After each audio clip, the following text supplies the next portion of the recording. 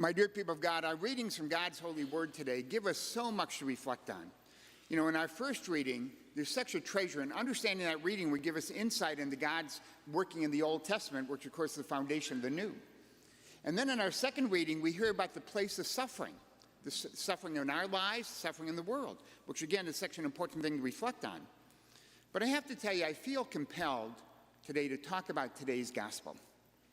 And I want to start with a confession. I have never liked today's gospel. I always thought Jesus should have said, Mary, don't sit there like a bump on a log. Get up and help her. Has anybody else felt that way? Okay. But of course, that's not what he said. He said, Martha, Martha, you are upset and anxious about many things. One thing only is required. Mary has chosen the better portion, and she shall not be deprived of it. I never, ever, ever liked that answer. But I want to share with you a little rule of thumb when interpreting the Bible. And this is it. Are you ready? This is really important. When God teaches us something we don't like, it's not God who has to change his attitude. Okay? When God teaches us something, we're the ones who have to come around to his way of thinking. We're the ones who have to reevaluate what we're doing and how we're being in the world. It's not the other way around. So those of us who don't like this gospel have to ask ourselves, what is it in my way of thinking that is ungodly? What is it in my way of thinking that needs changing? So don't get me wrong here. Martha probably had the best of intentions. She wanted to offer Jesus hospitality. She probably wanted to prepare for him a wonderful meal. She probably wanted the place settings to be perfect. She wanted the food to be prepared just right. She wanted him to enjoy his stay at her home. After all, he's the Savior of the world. She wanted it to be a really good experience for him. The problem was, she was so busy making everything perfect for him, she didn't have time to be with him. She didn't have time to hear what was going on in his life and to share what was going on in her life. She didn't have time to waste sitting around talking to him or listening to him. She had things she had to do. Jesus, on the other hand, wasn't all that interested in the place settings or the decor, or probably not even the food itself.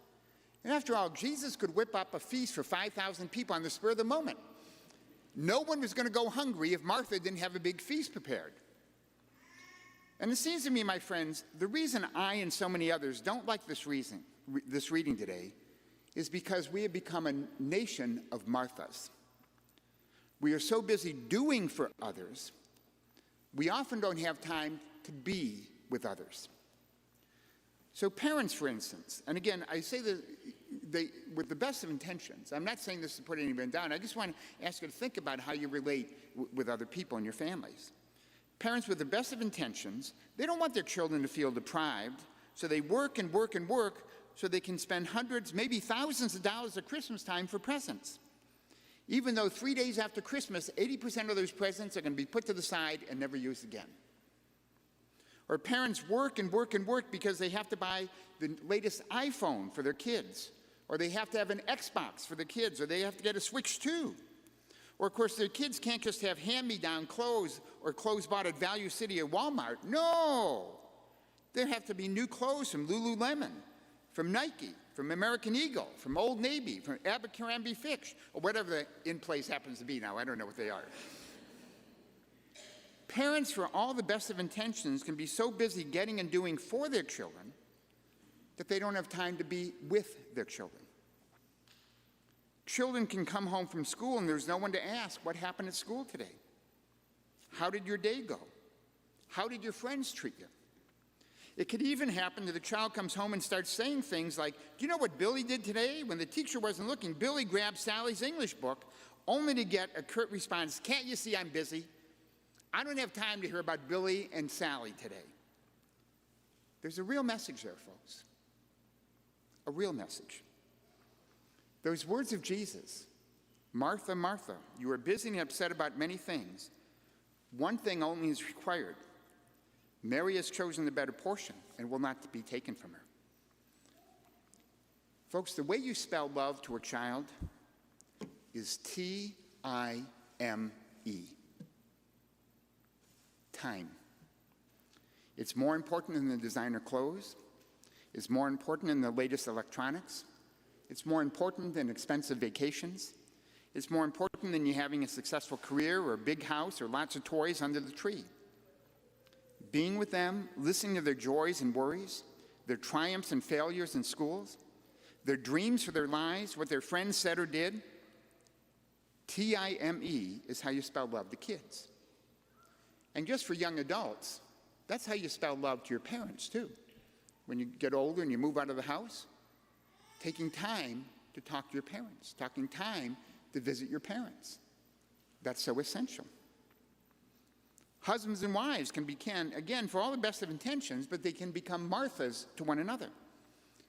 After all, who has time to just sit and talk? Who has time to share each other's joys and sorrows?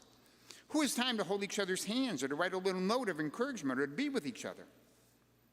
And since there's no time for those things, it can easily happen that as years go by, husbands and wives feel they don't even know each other or don't even like each other. I have to tell you, I so often run into couples who are struggling in their marriages, and one of the others will say, "Hey, Father, I've been a good husband. I've been a good wife. I do the cooking. I do the cleaning. Or I go to work every day and give my whole paycheck to her. I do the laundry. Whatever he wants, I get it for him. Whatever she wants, I buy it for her, et cetera, et cetera." But the other one is saying, "I don't know him. I don't feel she knows me. He never tells me his feelings. I don't know what's going on at her work. I don't know any more about what's going on in his or her life than the neighbor down the street does." I'll never forget, I had a couple in my first parish, and they came in, and the wife was ready to leave. She wanted to get a divorce. And the husband saying to me, and I always try to tell people, it doesn't matter what I think. What your spouse thinks is what's important. But the husband is saying, "Father, I love her. I've always been supportive of her. For example, a few years ago, she wanted to go to college, and she wanted to get a degree, and I was supportive of that, and I've been paying for her college. I love her." Well, the wife turned to him, and she said, "What classes am I taking this semester?" He was silent. "What am I majoring in?" There was no response. One spouse says, "I do this, I do that, I take care of these things, I do, I do, I do." The other says, "I want a relationship. I want to know who he is. I want to know what she's doing. I want him to care about what's going on in my life. I want her to know my hopes and dreams." "Martha, Martha, you are worried about many things. Only one thing is necessary. Mary has chosen the better portion." And my friends, the same thing can happen in our relationship with God. I got to tell you, to my shame, there's times I get to the end of the day and I look back and it's like I didn't take time to pray. There's been weeks like that. There's been months like that. Don't tell the bishop, by the way. In those times, I did all kinds of things for God and for his people, but I didn't take time to pray, to be with God. And my friends, that's not unusual. 2/3 of Catholics don't have time to come to Mass. Millions and millions of people never set foot in an adoration chapel. Many don't take time to learn about the Bible, even take time to read the Bible. Many don't have any time to learn about the faith. All those things, of course, are things that would help us to know God, not just believe that he exists, but would help us know God so our relationship with him can grow. Now, I just want to change gears here a little. This past week, we had our harvest workers, and that's where our teens come together and do service for our parishioners as well as service for the poor and needy throughout our diocese. And we had 60 teenagers and about a dozen or so adults who were participating in that. And with them, we try to help them be a combination of Martha and Mary, okay? They do a lot of wonderful things for parishioners who are in need, but we also try to arrange where they don't just work, but they spend time with the parishioner, where they learn about their lives, where they hear their stories and they share their stories with them. It was really a beautiful week.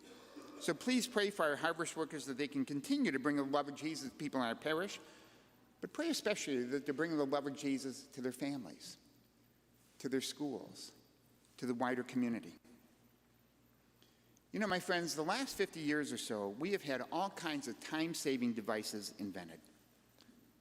But if you notice, we seem to have less and less time than we ever did.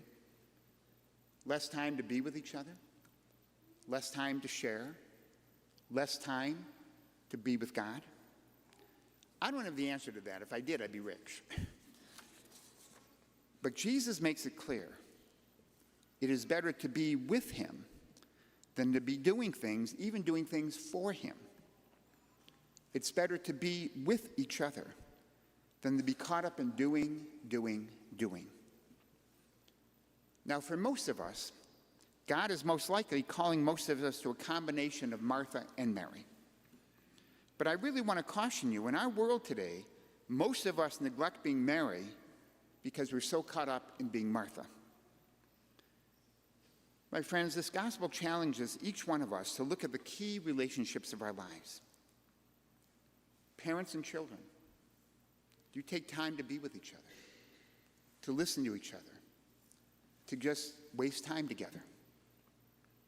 Husbands and wives, do you laugh together? Do you spend time together? Do you just waste time with one another? And then in our faith, our relationship with Jesus, can we spend more quality time in prayer? And by prayer, I don't mean asking for things. God, do this for me. God, help me with that. But I mean time of adoration, time of contemplation on his word, time in reflecting on and thanking God for all that he's done in our lives. My friends, especially for those of us who don't like this reading, we need to think about it. We need to pray about it.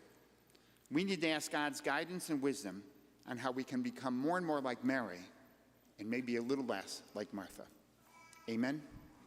Okay. I invite you to stand.